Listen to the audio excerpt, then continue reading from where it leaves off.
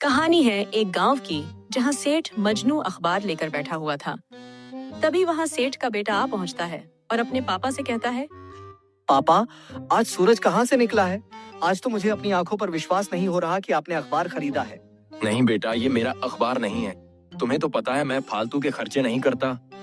ये तो मैं बाहर टहल रहा था, तभी बगल वाले के दरवाजे पर पड़ा देखा तो वहीं से उठा लाया। अच्छा, मतलब आपने चोरी की दूसरे के घर से?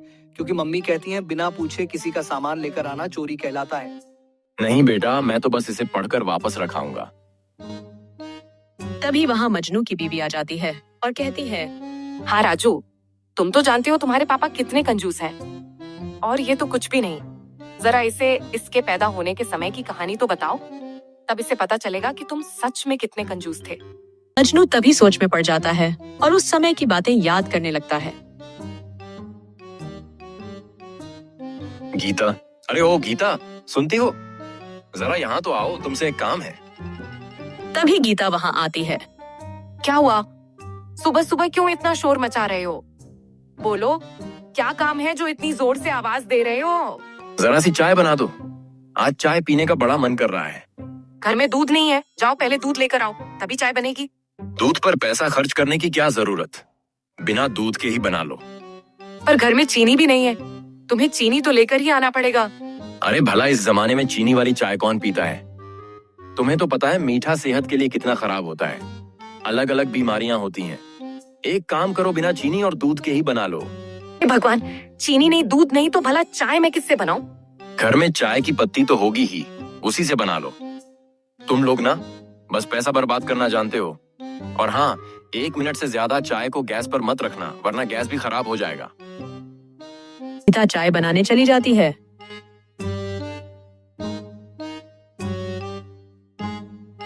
अगले दिन सेठ घर के बाहर बैठकर सुबह का आनंद ले रहा था। तभी वह देखता है कि एक गरीब उसके घर की ओर आ रहा है। वह तुरंत अपने घर के बाहर पुराने कपड़े पहनकर बैठ जाता है। घर में कोई है क्या? भगवान के नाम से कुछ दे दो, भगवान आपका भला करेगा। अरे मैं बहुत देर से इस घर के बाहर भीख मांग रहा हूँ, पर शायद घर में कोई नहीं है। मुझे बहुत तेज भूख लगी है, लेकिन घर से कोई बाहर ही नहीं आ रहा। अच्छा, तुम्हें भूख लगी है? अभी मुझे पिछले घर में 2 रोटियां मिली थी। मैं एक काम करता हूँ, एक रोटी तुम्हें दे देता हूँ, इससे तुम्हारी भूख दूर हो जाएगी। तभी वह करीब सेठ को अपने हिस्से की रोटी दे देता है। तभी सेठ की पत्नी वहां आ जाती है और कहती है, ये क्या कर रहे हो? मैंने सब देख लिया। क्या तुम्हें थोड़ी भी शर्म नहीं आती? किसी गरीब को बेवकूफ बना के उसकी रोटी ले रहे हो। शर्म भला वो क्यों आएगी? उसके पास 2 रोटियां थीं तो उसने मुझे एक दे दी। भगवान उसका भला करेगा। अब तुम एक काम करो, घर में जाओ और सब्जी लेकर आओ। आज के खाने का इंतजाम तो हो गया। गीता को चक्कर आने लगते हैं और वो जमीन पर गिर जाती है। गीता, क्या हुआ तुम्हें? उठो उठो, कोई है क्या? मेरी मदद करो। सेठ की आवाज सुनकर आसपास के लोग वहां आ जाते हैं। सेठ, अब लगता है तुम्हारी पत्नी सीरियस है। जल्दी से डॉक्टर को बुलाना पड़ेगा। नहीं, डॉक्टर को बुलाकर फालतू के खर्चे की जरूरत नहीं है। एक काम करो, मुंह पर पानी मारो और उठाने की कोशिश करो। सेठ, हर जगह कंजूसी नहीं चलती। आप रहने दो, आपका बस चले तो अपनी बीवी को दुनिया से भी निकलवा दो। आओ, डॉक्टर बुलाओ, पैसे हम मिलकर दे देंगे। क्या फायदा सेठ होने का जब डॉक्टर तक नहीं बुला सकते? तभी डॉक्टर आता है और कहता है, डरने वाली बात नहीं है। आप पेट से हैं, इसीलिए थोड़े चक्कर और उल्टियां हो सकती हैं कभी कभी। मैंने दवाई लिख कर दी है, बस वही समय से ले लेना। ठीक है डॉक्टर, आप यहीं रुको, मैं अभी आकर पैसे लेकर आती हूँ। तभी गीता डॉक्टर को घर से पैसे लाकर दे देती है और दूसरी तरफ राजू वहीं बैठ जाता है और कहता है, हे भगवान, मुझे लगता है मेरी तबीयत ठीक नहीं है। पूरे 100 रुपए का नुकसान हो गया आज तो। अच्छा, मतलब तुम कहना चाहते हो मेरी वजह से आज तुम्हारा नुकसान हो गया? इससे अच्छा तो खास मैं मर ही जाती। अरे नहीं, मैं ऐसा नहीं कहना चाहता था। बस तुम ध्यान रखना कि तुम्हें लड़का ही होना चाहिए, क्योंकि अगर लड़की हुई तो मुझे बहुत खर्चा करना पड़ेगा। लड़कियों के बहुत नाटक होते हैं। ये तो अब समय ही बताएगा कि लड़का होगा या लड़की। मैं इसमें कुछ नहीं कर सकती, सब भगवान के ऊपर है।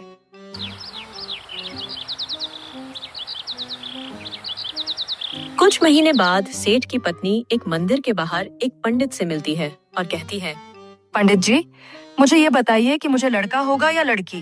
क्योंकि मैं नहीं चाहती कि मुझे लड़की हो, वरना मेरे पति तो मुझे और मेरे बच्चे को चैन से जीने नहीं देंगे। ये सब तो भगवान के ऊपर है कि वो तुम्हें लड़का देंगे या लड़की। ये मैं तुम्हें नहीं बता सकता, लेकिन हाँ, इतना जरूर कह सकता हूँ कि बस कुछ ही दिनों में तुम्हारे घर एक नया मेहमान आने वाला है। हाँ पंडित जी, ये बात तो मुझे डॉक्टर ने भी नहीं बताई है। अच्छा ठीक है, तो मैं चलती हूँ। नहीं रुको, मुझे अभी एहसास हुआ है कि ये समय बहुत बुरा चल रहा है। अगर इस समय तुम्हें लड़का होता है तो वो कुछ ही दिनों में मर जाएगा।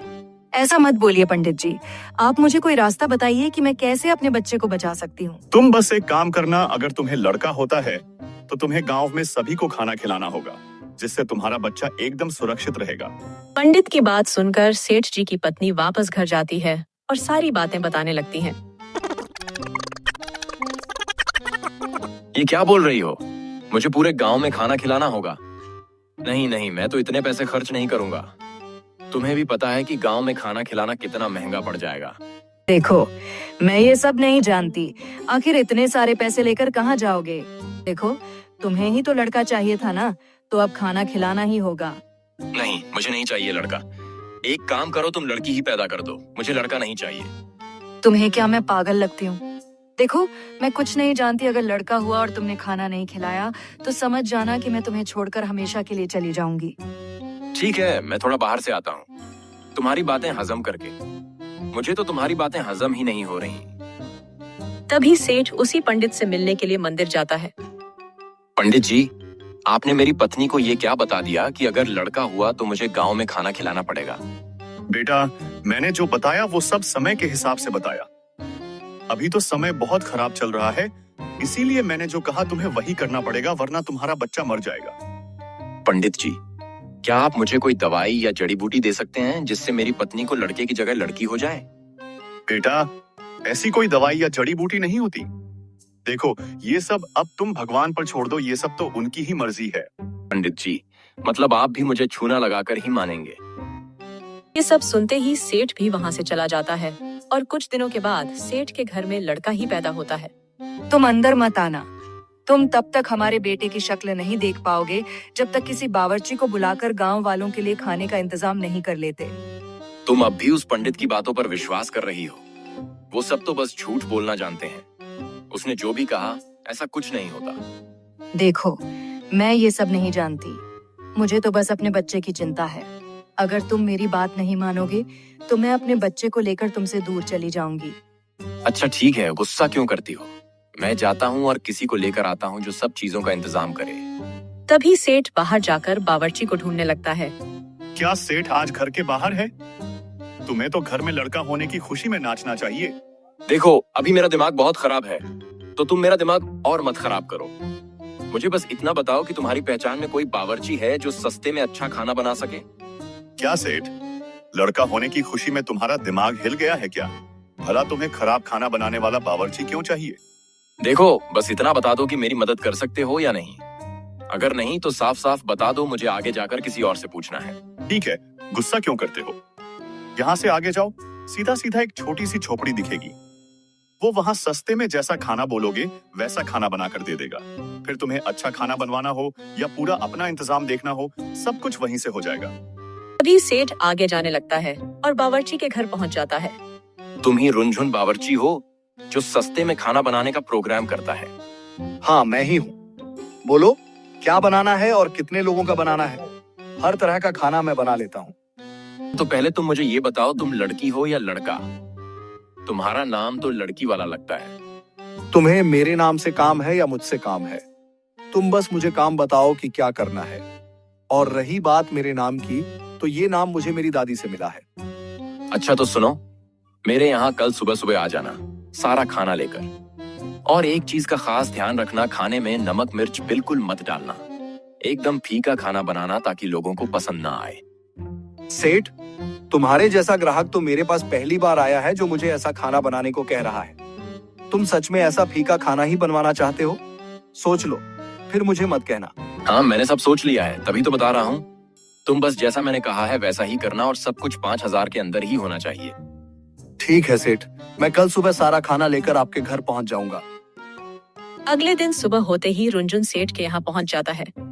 लो सेठ, जैसा आपने कहा था कि बिना नमक और मिर्च वाला खाना बनाना है, मैंने ठीक वैसा ही खाना बनाकर लाया हूँ। अब आप बताइए कि गांव वालों को खाना देना कब शुरू करना है? हाँ, पहले मेरी बात सुनो। जैसे ही गांव वाले यहाँ आई तो सबको कहना कि पहले सेठ के लड़के का मुंह दिखाई होगा, उसके बाद ही सबको खाना मिलेगा। ठीक है सेठ, मैं समझ गया। आपने जैसा कहा है मैं वैसा ही करूंगा। कुछ समय बाद सब लोग वहाँ आ जाते हैं।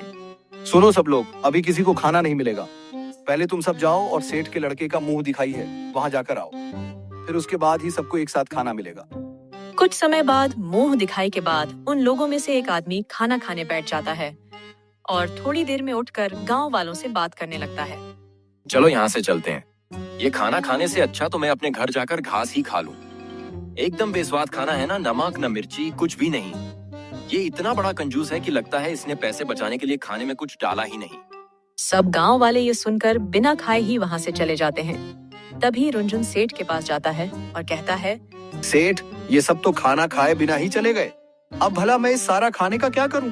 आपकी वजह से इतना सारा खाना बर्बाद हो गया। बर्बाद? ये तुमसे किसने कह दिया?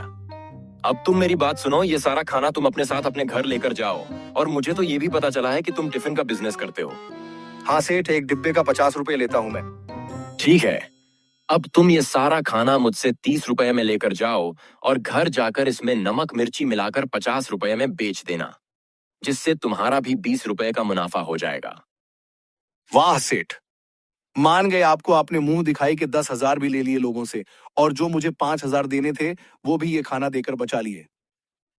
पापा, मान गए आपको। आप तो सच में बहुत बड़े कंजूस निकले। हाँ बेटा, आखिर इसीलिए तो मैं सेठ हूँ।